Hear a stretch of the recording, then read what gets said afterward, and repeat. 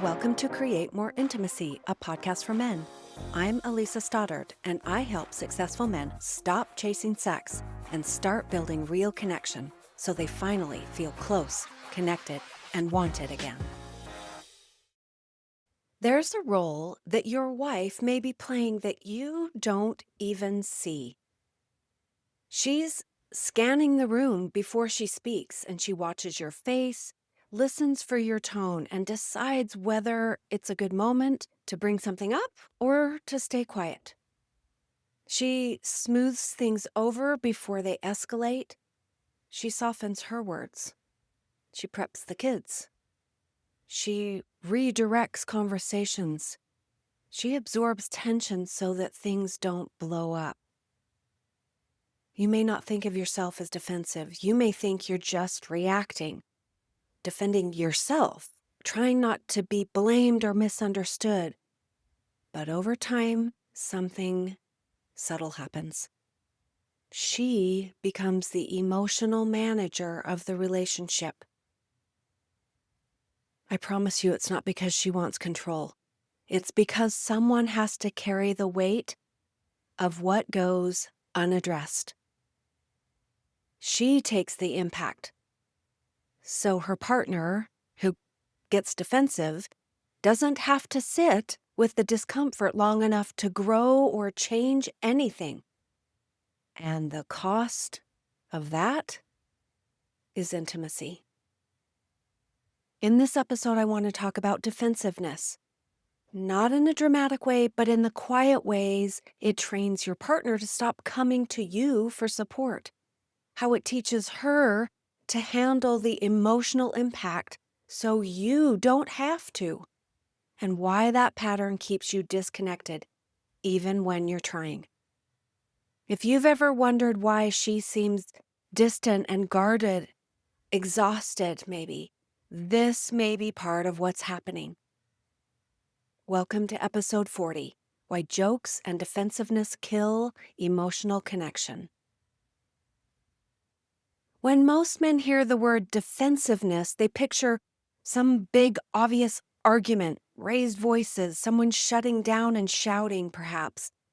But that's not usually how it actually looks. More often, defensiveness shows up as explaining yourself, correcting her, correcting details, wanting to be understood before you slow down enough to understand her or the situation. And sometimes I see it show up as jokes that are ill-timed, maybe a sarcastic comment or a joke with sexual undertones. Something that's honestly meant to lighten the mood or move past the moment to avoid contention. I know it feels harmless to you, and often you think it's helpful because you're trying to keep things from getting too heavy. You're trying to not make it a big deal. But what's really happening is that you're stepping out of the emotional moment instead of staying in it with her. Jokes do that. So does defensiveness. They both let you avoid sitting with discomfort long enough to take responsibility for how it landed. And your partner feels that. She feels that she has to slow things down. She has to choose her words carefully. Decide whether it's a good time or whether it's better to just let something go. That's where this scanning starts. She starts paying hyper attention to your tone and your mood, like when you walk in the door. What is your stress level going to look like today? She starts adjusting so that things don't escalate or turn into something that she has to clean up later. She doesn't want to control situations, like in the sense of getting what she wants. She controls them because she wants peace. She wants to avoid contention. This is where so many men get confused. They think that they're being easygoing or playful or reasonable. They don't realize that avoiding the moment teaches her that she'll have to carry it all herself instead. Over time, that changes how close she feels to you, even when you're trying and things feel like they should be going better. In order to illustrate this, I want to slow this down for you with a picture that you may recognize. And this is something that a lot of families that I have worked with go through. A lot of men talk about these dynamics. So picture this. It's the end of the day and everyone's tired and dinner kind of went sideways. Some comment was made, nothing dramatic, but it just lands wrong. You know it. You feel it immediately. You tighten up and you feel that urge to explain, or you just make a joke to make it go away. Maybe you say something like, "Oh, I was just kidding," or "That's not what I meant." Before anything escalates, your wife steps in. She changes the subject. She makes eye contact with the kids. She cracks a joke of her own. She redirects the energy so things don't go south. From the outside, it looks like teamwork. It looks like both of you are trying to keep things from blowing up. Like she's good at keeping things calm, right? What's actually happening, though, is that she's absorbing the impact so no one else has to. The kids notice this long before anyone ever talks about it. And in a lot of families, they never talk about it. Kids learn who to watch. They learn which moods in the home matter. They learn when to stay quiet. They also learn that their mom smooths things over so the emotional temperature stays manageable. You might think you're protecting them by keeping things light or just moving past it quickly, but what they are really learning is that tension doesn't get addressed in this house. It gets managed. Over time, your wife carries more and more and more of that responsibility. It's not just the managing the kids part, the managing timing, the tone, the reactions, so everyone else can relax. And this is the part most men don't see until it's pointed out. When she's busy managing the emotional environment, she is not connecting with you or anyone else. She's not resting. She's not bringing things to you that maybe she'd prefer to talk about that really matter. She's working to keep the peace, and that is absolutely exhausting. And it changes how safe she feels to you and how close she's willing to get to you. Okay, guys, listen, none of this makes you a bad husband or a bad father. These patterns usually you observe in your home when you were growing up. And it's because you never learned a different way to handle that discomfort. You watched your family, your dad, avoid and joke or blow up. But what you do know is that those things don't go away on their own. They get passed down, and in that moment, you start seeing really clearly what is usually the moment where things have a chance to shift. Let me even dial this in a little bit more. This doesn't really involve the kids. It's more about what happens with you and your wife. So what I see a lot is that it gets late at night and people aren't at their best. They're tired. Maybe you're already in bed and the house is quiet and your wife says something like, "Hey, can I talk to you about something?" And it's just simple, not raised voices and not a tone that like sets you off necessarily. But before she even finishes that sentence, you feel it. You tighten up. You sense that whatever this is, it might turn into something uncomfortable. So your response is super quick. Maybe you explain what you mean. You clarify a detail or you make a joke to soften it. You assume what she's going to bring up. Maybe you say something like, "Gosh, I didn't even realize it was that big of a deal." From your perspective, I know you're trying to keep things calm. You're trying to avoid long and heavy conversations at the end of an already long and maybe terrible day. From her perspective, something else just happened. She notices how fast you moved away from the moment and how little space there was for what she was about to say.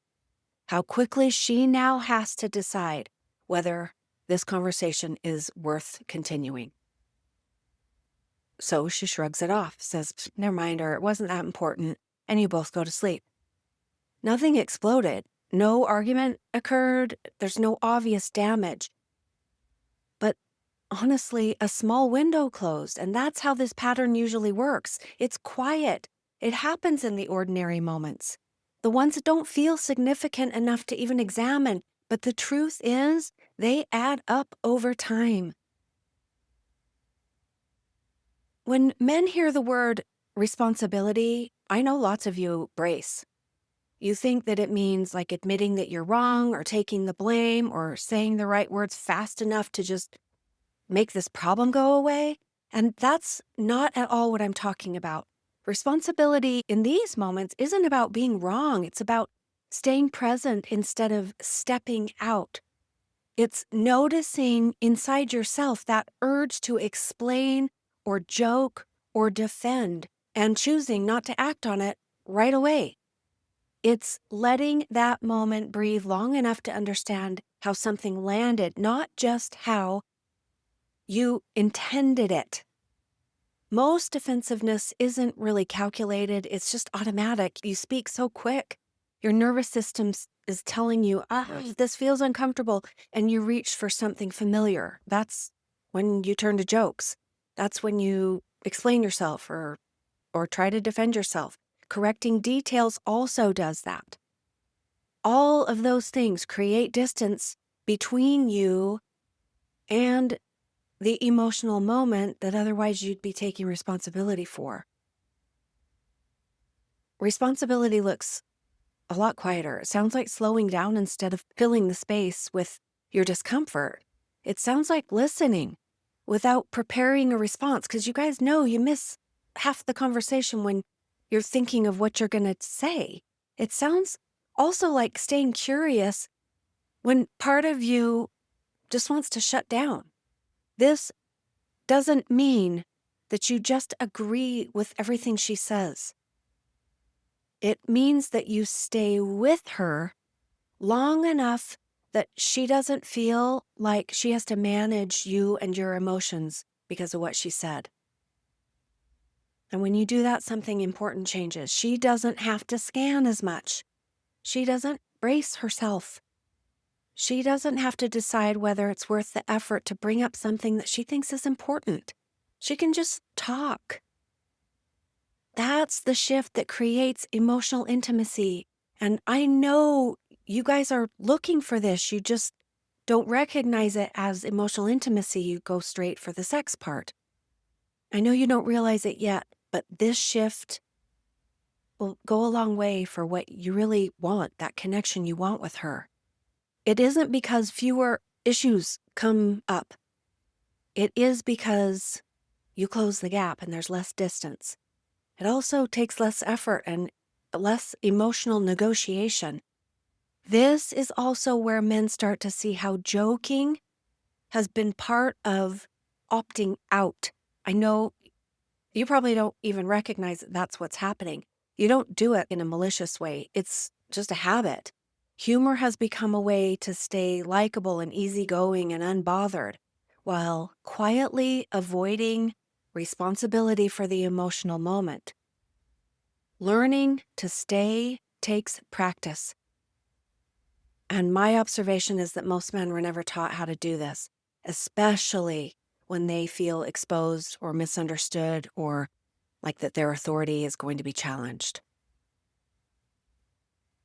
If you are listening to this right now and feeling a little bit uncomfortable, that makes perfect sense. This isn't easy to hear, especially if you've always thought of yourself as someone who tries, someone who cares about his family, someone who doesn't want conflict.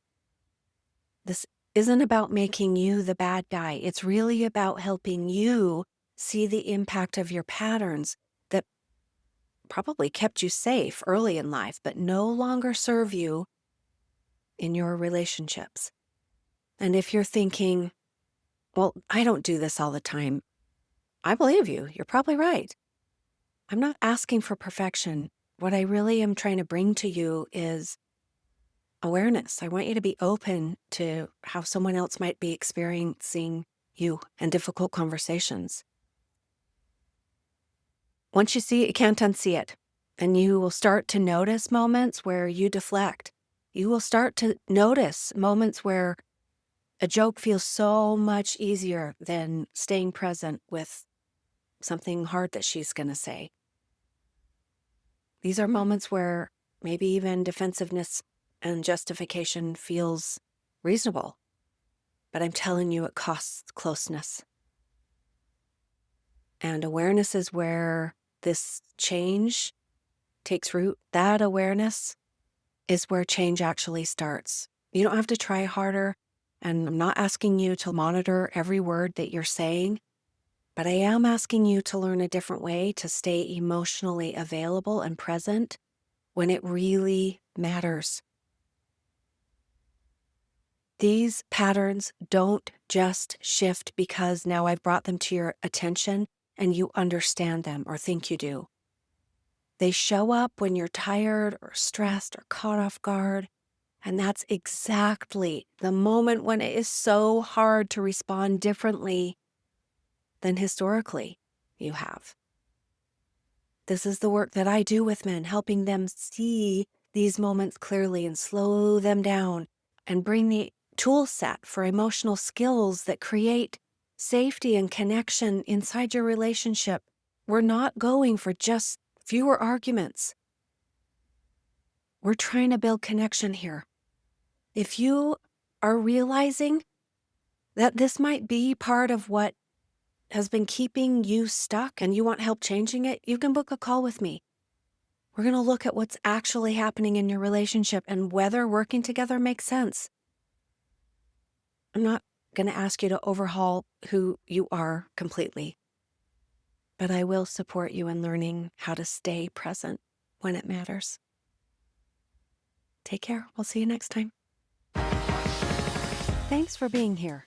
If something in this episode hit home, don't forget to subscribe and leave a review. It helps more men find the support they need. And if you are ready to get help or take the next step, you'll find the link to book a free call in the show notes.